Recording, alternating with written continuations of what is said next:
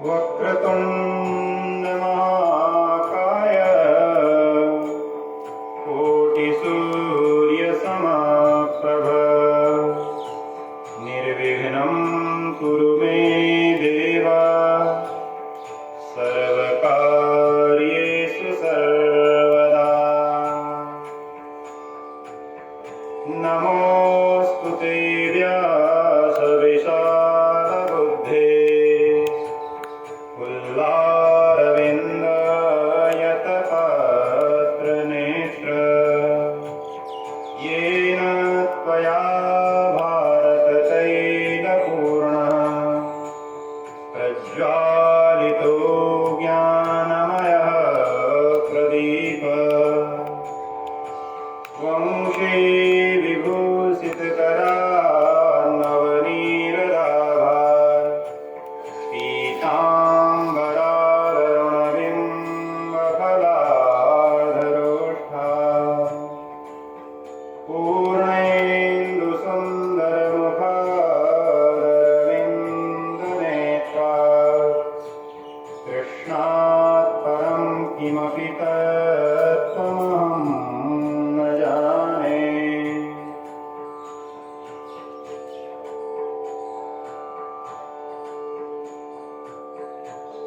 मनोजवं मारुततुल्यवेगं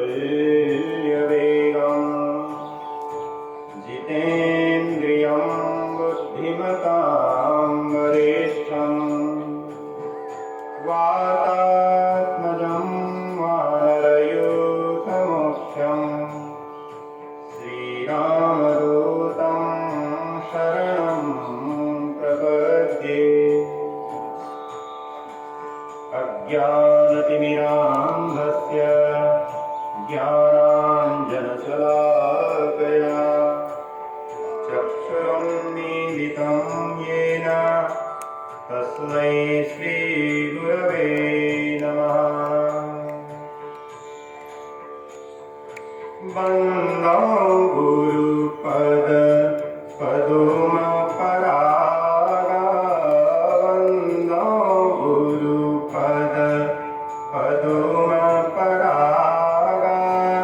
सुरुचि सुवास सरस अनुरागा सुरुचि सुवास सरस अनुरागा। जय जय जय हनुमान गोसाई जय जय जय हनुमान गोसाई कृपा करहु गुरु देव की नाई कृपा करहु गुरु देव की नाई। जय गजवदन सडानन माता जय गजवदन सडानन माता जगत जननी दामिनी द्युतिगाथा जगत जननी दामिनी द्युतिगाथा। जय जय गिरिवर राजकिशोरी जय जय गिरिवर राजकिशोरी जय महेश मुख चन्द्रचकोरी जय महेश मुख चन्द्रचकोरी। जय गजवदन सडानन माता जय गजवदन सडानन माता जगत जननी दामिनी द्युतिगाथा। वन्दो गुरुपद पदुमपरागा वन्दो गुरुपद पदुमपरागा सुरुचि सुवास सरस अनुरागा।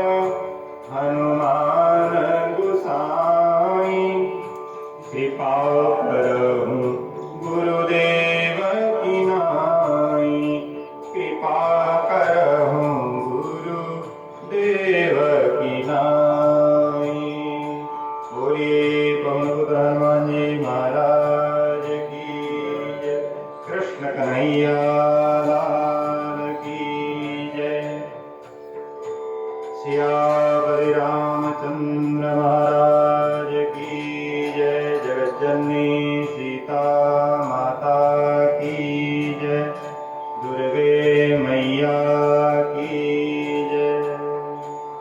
भगवान परशुराम जी महाराज की जय। हरि ओम नमः पार्वती पतये हर हर महादेव। भगवान श्री कृष्ण का वाङ्मय स्वरूप श्रीमद् भागवत महापुराण।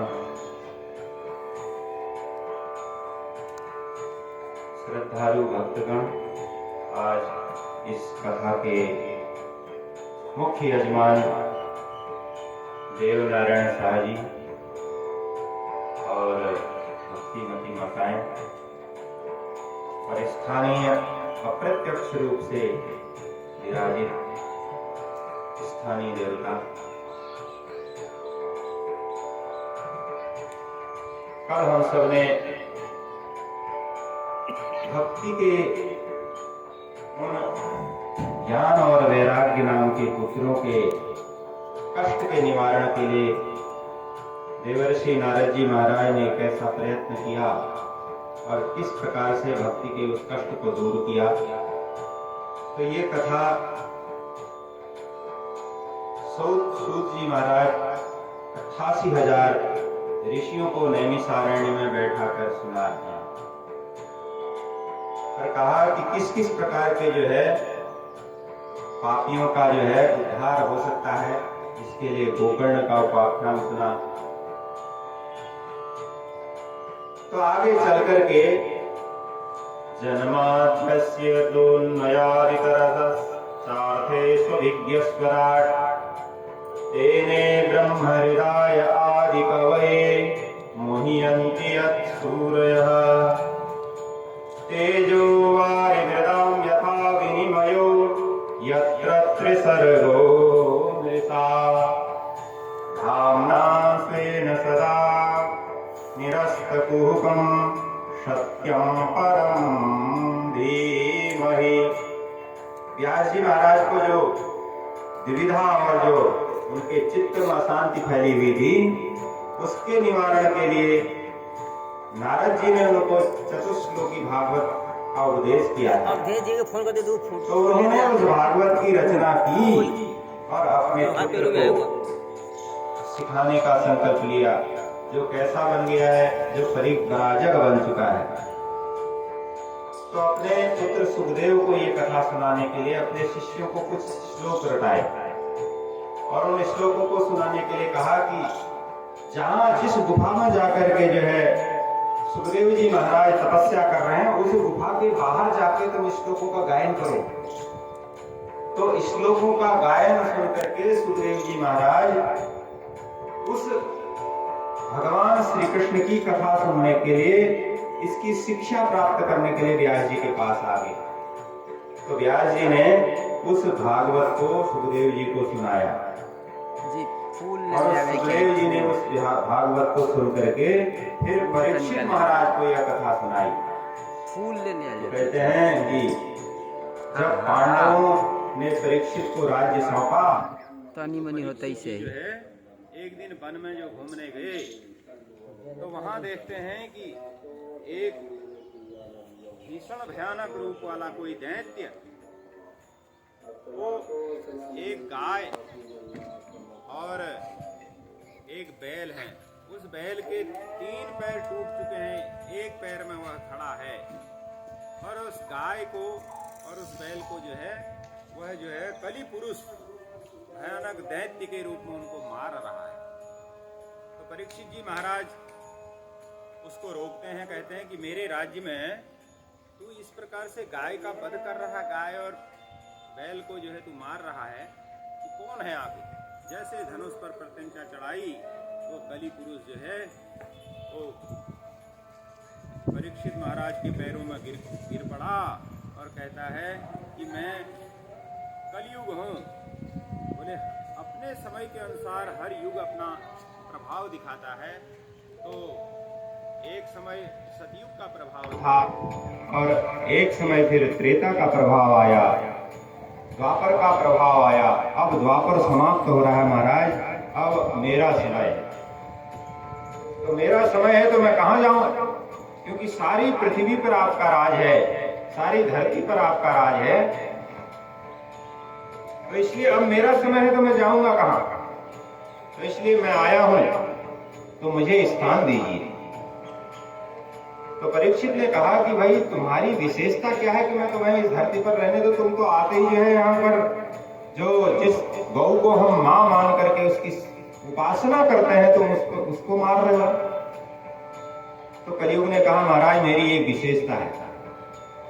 बोले सतयुग में जो है मनुष्यों को भगवान तप करने से मिलते थे, त्रेता में जप करने से मिलते थे, बड़ी कठिन तपस्या करनी पड़ती थी, और द्वापर में यज्ञ अर्चना करने से भगवान मिलते थे।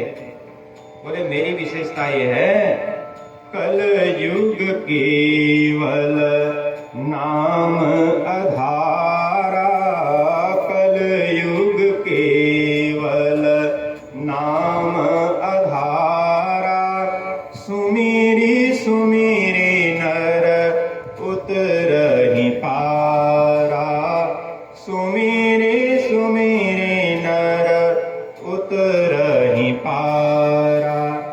बोले महाराज कलयुग मेरा प्रभाव ये है कि मेरे कालखंड में किसी को बहुत ज्यादा तप करने की जरूरत नहीं पड़ेगी।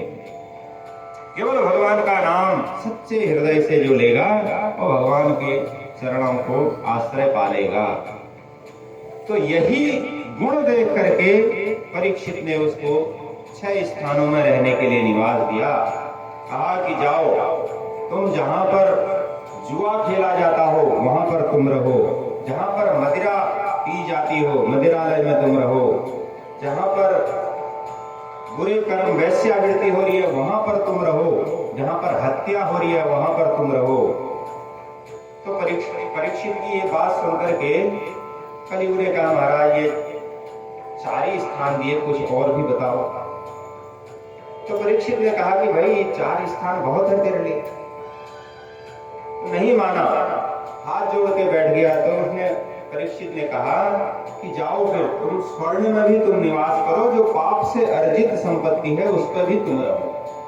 पाप से अर्जित जो सोना है वहां जैसे ही उन्होंने कहा कि पाप से अर्जित सोने में तुम निवास करो, तो ये कलि पुरुष जो है परीक्षित के सिर में जाकर के बैठ गया।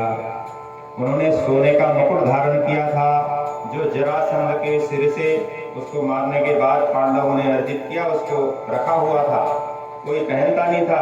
आज वन में गए घूमने तो उस मुकुट को पहन करके चले गए और उसी मुकुट में कलयुग विराजित हो गया और बुद्धि भ्रष्ट कर दी। जैसे ही कलयुग परीक्षित के सिर में बैठा, परीक्षित का स्वभाव बदल गया। ये है कलयुग का प्रभाव।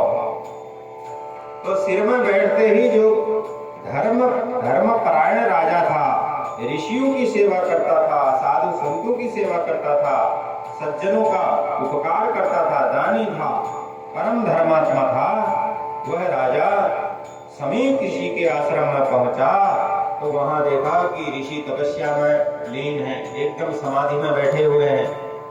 उसको लगा ये मेरे को देख करके आंखें बंद कर रहा है, बाबा ये बड़ा बनता है। और वन में भटक करके प्यास से व्याकुल था राजा। तो राजा ने देखा कि सामने मरा हुआ सांप पड़ा है। तो राजा के मन में ऐसा पाप युक्त भाव आ गया कि ये ऋषि जो है ढोंग कर रहे हैं, और बाण से उठा करके वो सांप मरा हुआ उनके गले में डाल दिया। अब उनके पुत्र को जो नदी के किनारे जो है अपने ऋषि कुमारों के साथ खेल रहा था, उसको जो है उसके मित्रों ने बताया कि देखो तुम्हारे पिता के गले में एक राजा जो है वो मरा हुआ सर्प डाल के चला गया। तो दिग्बलम क्षत्रिय बलम ब्रह्म तेजो बलम बलम, ब्राह्मण का तो बल ही उसका मंत्र है। बोले जो बाण से जो चीज नहीं मर सकती वो शब्द बाण के प्रभाव से उसका विनाश हो सकता है। तो वहीं वो ऋषि कुमार ने आओ देखा न ताओ देखा और वहीं जल उस गंगा का लिया, जल नदी से जल उठाया और संकल्प करके उसको राजा को श्राप दे दिया, जिस सर्प को तूने मेरे पिता के गले में डाला वही सर्प तुझे 7 दिन डस लेगा।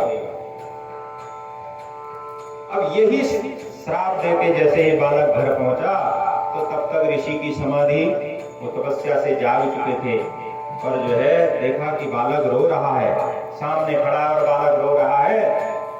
तो ऋषि ने कहा कि क्या बात है? तो बालक ने कहा कि देखो, मैंने उस राजा को श्राप दे दिया है और आपके गले में उसने सर्प डाला था। तो ऋषि ने ध्यान लगाया था तो राजा परीक्षित है, जो पांडवों का जो है अंतिम एक कुल का चिराग था, उसको तूने श्राप दे दिया है, तो धर्मात्मा राजा था भाई। बोले इसके बाद तो सारे धर्म विहीन राजा होने वाले हैं, कलयुग आ गया है।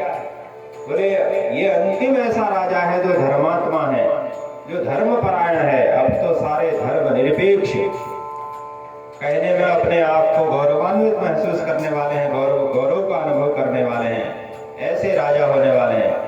कहा पुत्र, तुमने बहुत बड़ी गलती कर दी, अब जाओ उस राजा को बताओ कि अपनी मृत्यु को जो है वो महोत्सव बनाने के लिए प्रयास करे, अपने जीवन की रक्षा का प्रयत्न करे। तो जैसे ही ऋषि कुमार राजा के पास पहुंचते हैं कि महाराज, आपकी थोड़ी सी गलती के कारण ऋषि कुमार ने भूलवश आपको श्राप दे दिया है। गलती आपने की थी, परंतु इतनी बड़ी नहीं थी कि आपको श्राप दिया जाता, परंतु उस गलती को, उस आपकी गलती के कारण आपको श्राप मिल चुका है। तो जैसे ही राजा को पता चला कि मेरी तो 7 दिन बाद मृत्यु होने वाली है, राजा ने सारा राजपाट छोड़ा और राजपाट छोड़ करके गंगा नदी के किनारे सुख ताल में जाकर के बैठ गए। ऋषियों को पता चला कि सनातन धर्म का सम्राट और उसकी 7वें दिन मृत्यु होने वाली है। सारे ऋषि मुनि उसके पास आकर के बैठ गए। कहा महाराज, कोई उपाय सुझाइए मुझे, क्योंकि 7वें दिन मृत्यु है और सर्प के दंश से मेरी मृत्यु होगी तो मैं तो सीधे नरक में जाने वाला हूं, और घोर पाप किया मैंने, ऋषि का अपमान किया है। पहले ऋषियों का इतना सम्मान होता था, तो इतना बड़ा मैंने पाप किया है, तो अब मेरी रक्षा कीजिए। तो ऋषियों ने कहा कि महाराज, हम आपकी रक्षा क्या करें, हमें कुछ उपाय नहीं सूझता। तो उसी बीच में सुखदेव जी महाराज प्रकट हुए, दिगंबर वेश है, मस्तिष्क में तेज चमक रहा है, और सुखदेव जी महाराज वहां आकर के परीक्षित महाराज को बताते हैं कि तुम्हारी जो साप से मुक्ति का साधन है वो भागवत है। तो भागवत की कथा सुखदेव जी महाराज उस सुख ताल में बैठ करके परीक्षित को कथा सुनाते हैं। तो किस प्रकार से परीक्षित की मुक्ति हुई, तो ये परीक्षित की मुक्ति का साधन बताया। तो कहा कि सुखदेव जी ने 7 दिन में ही परीक्षित को भागवत की कथा सुना करके उसको उस साप से, जो भयानक नरक में ले जाने वाला था, उससे मुक्त करा करके भगवान के धाम को भेज दिया। तो भागवत की जो कथा है उसके श्रवण मात्र से इस प्रकार जो है सारे पापों का विनाश हो जाता है।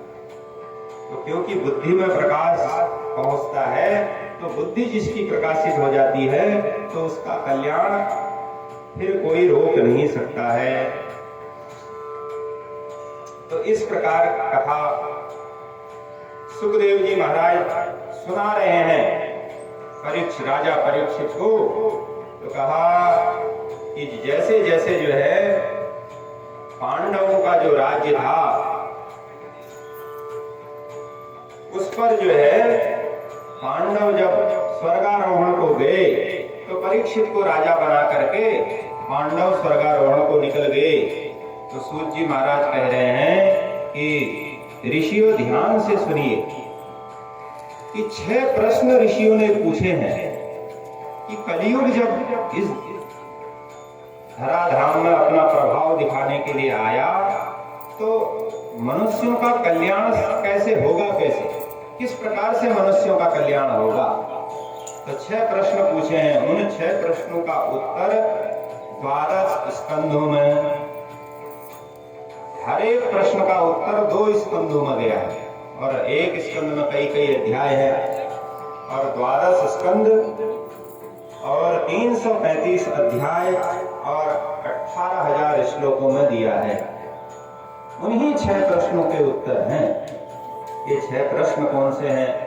उन 6 प्रश्नों के उत्तर जो है व्यास जी महाराज के द्वारा जो रचे गए इस महापुराण के माध्यम से हम सबके जीवन के लिए जो बहुत उपयोगी हैं उन प्रश्नों के उत्तर दिए गए हैं। तो कहा महाराज कि प्राणियों का कल्याण कैसे होगा? तो कलयुग में जीव महापाप में लीन हो जाएंगे, तो जीवन का सार क्या है? ये जीवन हमें मिला है, इसका आखिरी लक्ष्य क्या है? जैसे जो है पानी समुद्र का अंश है, सबसे अधिक पानी समुद्र में है, तो प्रत्येक जो अंशी है वो अंश है वो अपनी अंशी की ओर दौड़ता है। तो इस मानव जीवन को पाकर के मनुष्य जीवन का सार क्या है बोले, और श्रेय क्या है, प्राप्त क्या किया जाना है, क्या प्राप्त किया जाना है, जीवन का लक्ष्य क्या है? और बोले भगवान के अवतार हुए तो कितने अवतार हुए? इस धराधाम में जीवों के कल्याण करने के लिए भगवान आते हैं, तो उनके अवतार कितने हुए हैं? और जब भगवान आते हैं, सर्वव्यापक भगवान है, तो वो अवतार क्यों लेते हैं? भगवान को अवतार क्यों लेना पड़ता है? और कितने अवतार हुए?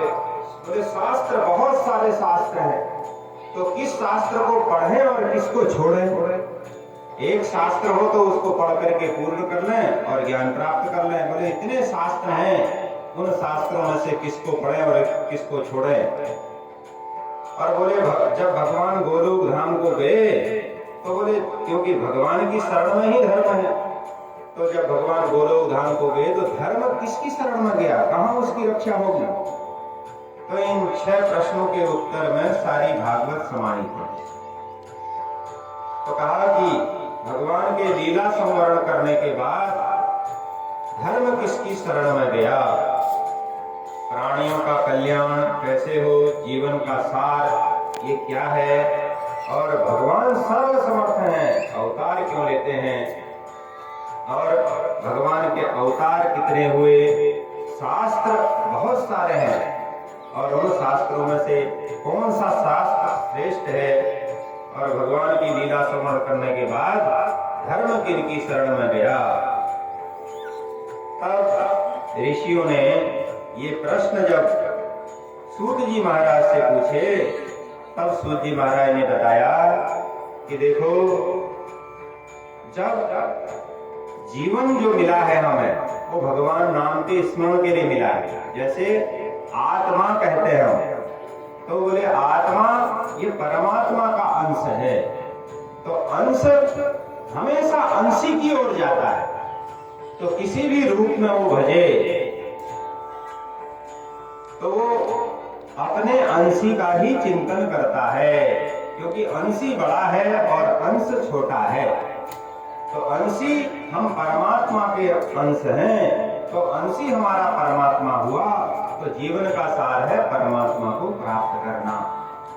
तो मनुष्य जीवन का अंतिम लक्ष्य, तो इसलिए शिक्षा में सूत्र बना, ब्रह्म सूत्र में बोले अथा तो ब्रह्म जिज्ञासा, तो ब्रह्म की जिज्ञासा करता है जीव, तो ब्रह्म क्या है इसकी चिंतना पर लगता है। तो सा विद्याया विमुक्तये, मुक्ति किससे चाहिए? शरीर से थोड़ा मुक्त हो सकता है। बोले आत्मा परमात्मा में लीन हो जाए, ये मुक्ति है।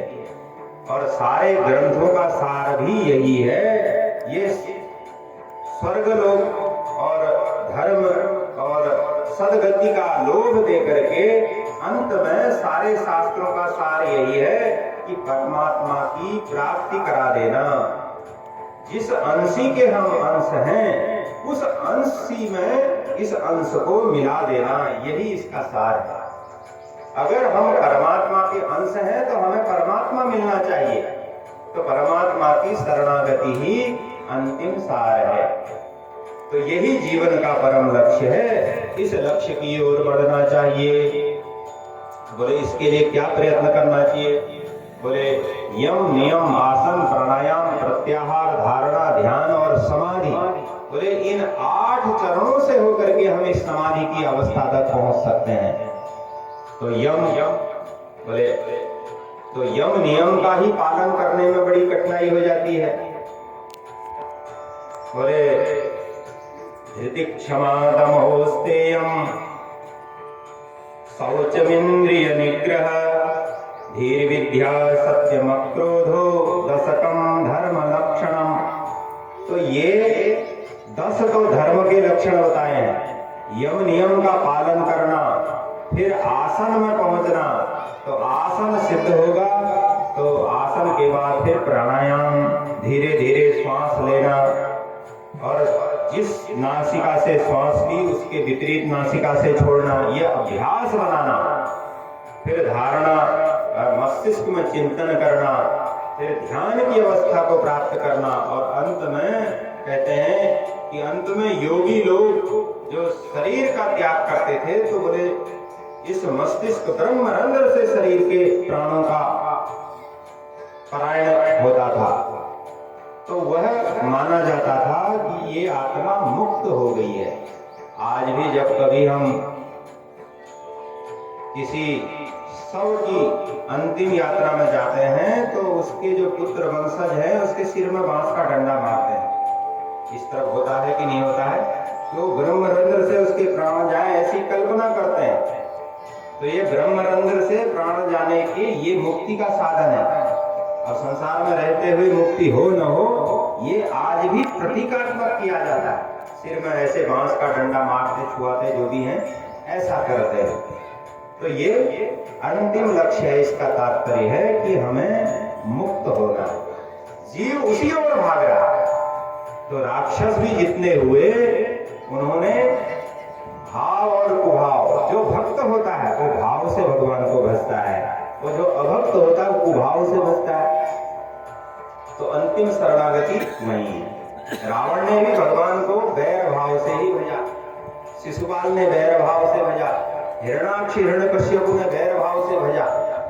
तो भाव कुभाव अनख आलस हु, भाव कुभाव अनख आलस हु, नाम जपत मंगल दिशि दस हु, नाम जपत मंगल दिशि दस हु। तो ये कलयुग है। तो ये कलयुग में भगवान का संकीर्तन ही मुक्ति देने वाला है। तो जीवन के जो मानसिक ताप हैं, अनेक प्रकार के तापों